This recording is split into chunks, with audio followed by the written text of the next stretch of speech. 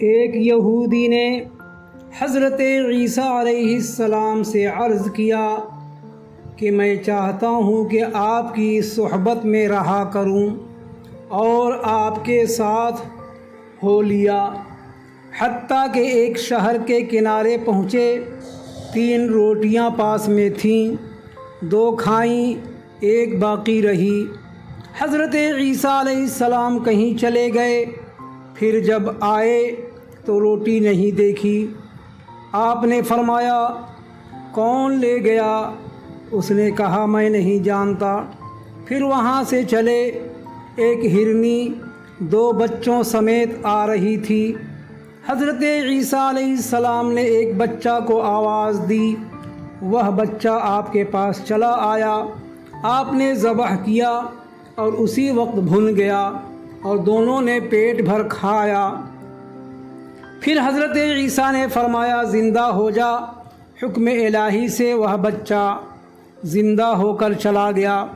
حضرت عیسیٰ علیہ السلام نے اس یہودی سے فرمایا، تجھے قسم خدا کی جس نے مجھے یہ معجزہ عنایت فرمایا، بتا وہ روٹی کیا ہوئی؟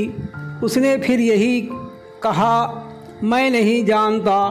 وہاں سے آگے بڑھے، ایک دریا کے قریب پہنچے۔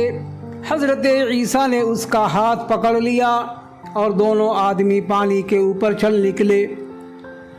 پھر حضرت عیسیٰ نے فرمایا، تجھے قسم ہے اس خدا کی جس نے تجھے یہ معجزہ دکھایا، بتا وہ روٹی کیا ہوئی؟ اس نے کہا، میں نہیں جانتا۔ وہاں سے آگے بڑھے، ایک جگہ پہنچے، وہاں ریت بہت تھا۔ حضرت عیسیٰ نے اس ریت کو جمع کیا اور فرمایا، خدا کے حکم سے سونا ہو جا۔ وہ ریت سونا بن گیا۔ حضرت عیسیٰ نے اس کے 3 حصے کیے اور فرمایا کہ ایک حصہ تیرا ہے اور ایک حصہ میرا ہے اور ایک حصہ اس شخص کا ہے جس نے روٹی کھائی۔ اس یہودی نے سونے کے لالچ میں اقرار کر لیا کہ روٹی میرے پاس ہے۔ حضرت عیسیٰ علیہ السلام نے فرمایا، لے، اب سب تیرا ہے، اور اس کے حوالے کر کے چلے گئے۔ قدرت خدا سے 2 آدمی اس کے پاس پہنچے، چاہا کہ اسے مار ڈالیں اور سونا چھین لیں۔ اس نے کہا، مجھے قتل نہ کرو، ان تینوں حصوں میں سے ایک حصہ ایک آدمی لے گا۔ پھر ایک آدمی سے کہا کہ ہمارے واسطے کھانا مول لے کر آؤ۔